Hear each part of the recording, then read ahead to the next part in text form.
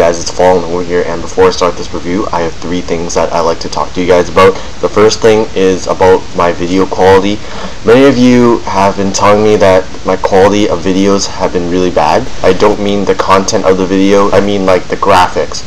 Now, the reason it is bad is because when a video is just uploaded, it takes 5 to 6 hours or maybe even longer depending on the video before the quality improves. It is still processing. It's one of the things that you're going to have to go through when you're uploading a video on YouTube. So please be very, very patient. I don't like repeating myself over and over again.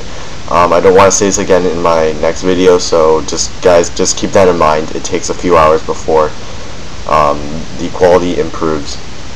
Now, the second thing I'd like to talk about is friend invites. For those of you who don't know, I do not accept any more friend invites. I just can't handle it anymore. If you really want to be my friend, just send me a private message through YouTube. Let me know the reason why and whether you want to join my clan or you want to discuss something you want to gift me or something like that. Just send me through a private message so I will know to accept you. Now, the third thing I want to talk about is the video montage at the beginning of each review. I'm going to be taking out the montage out of today's review. I'm not quite sure if you guys like it or not. It would be great if you guys could leave a comment letting me know if the montage is actually useful or if it's time wasting. For those of you who already answered this question in a past video, you don't have to answer again, but it would be great if you could, just to refresh my memory or something like that. So, no montage today. Just let me know if you guys like it or not. So alright, let's move on to the review. Hey guys, it's FallenHobo here, and today I'm going to be doing a review on the M417 Combat, which was gifted to me by Zane896. Thank you, Zane.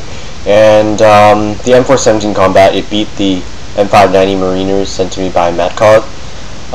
So before I start this review, I'd like to give a few shoutouts. First of all, a shout out to Profighter for the M60 Steel. Another shout out to Matkog for gifting me the M14 SE, the double barrel Punisher, and the PSG1 mod. So anyways, I'm just going to start up another gunvote. Now, this gunvote is going to be pretty special. It's going to be a 3-way battle between 3 really underused guns. It's going to be between the SG556, gifted to me by Lou262, versus the M24A3, which was gifted to me by Zane896, versus, which one? Oh, the M60 Steel. Alright, so leave a comment below, vote for whichever gun you want me to review next, and in a few days the vote will end and I'll review whatever wins. So, yeah, I'm going to review the M417 Combat right now.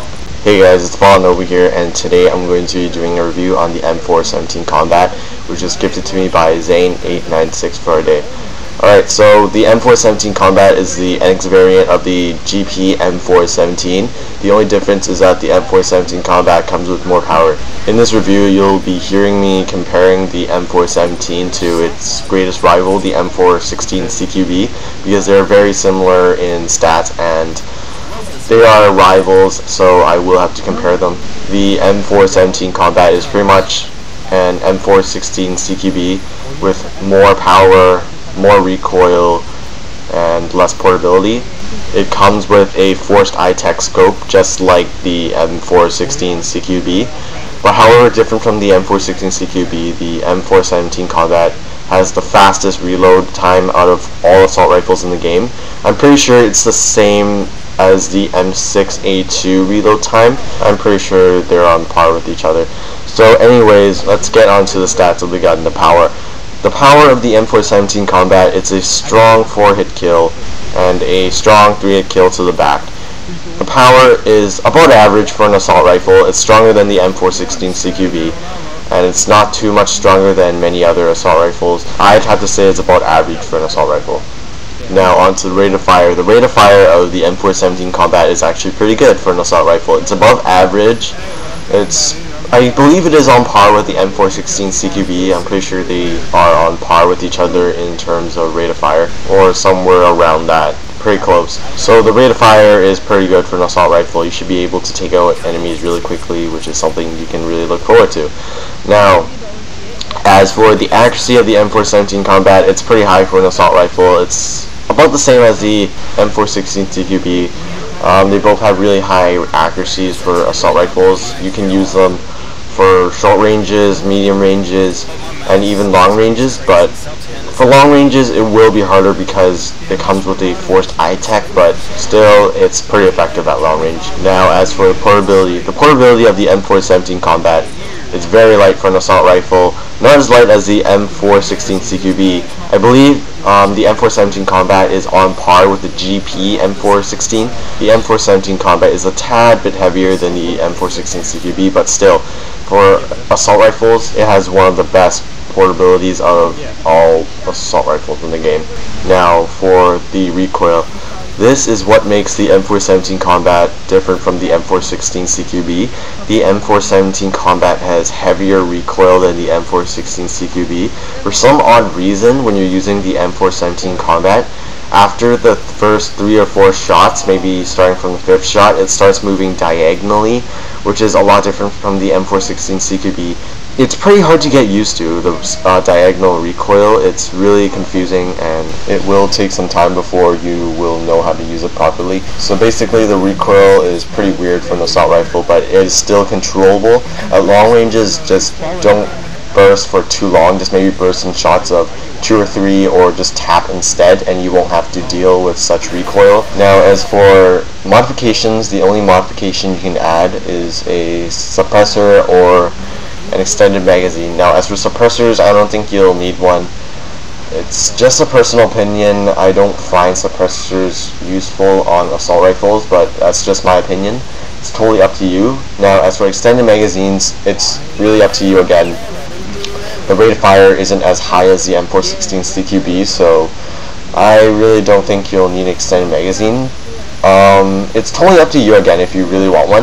The M417 Combat, again, it has really fast reload time, so it will be able to handle an extended magazine.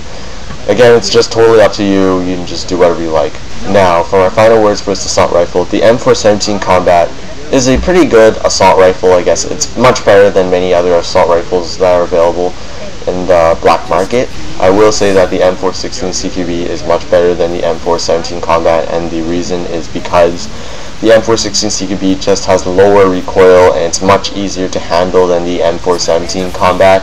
I just don't like the recoil at all on the M417. It's just not that great, I guess, compared to the M416 CQB. But don't get me wrong, the M417 Combat is a very good assault rifle. I just find that there are many better choices than the M417, so it's totally up to you if you want it or not. It has more power than the M416 CQB, but then again, it has really weird recoil, so it's up to you whether you want the M417 over the M416 CQB. So this pretty much ends my review here.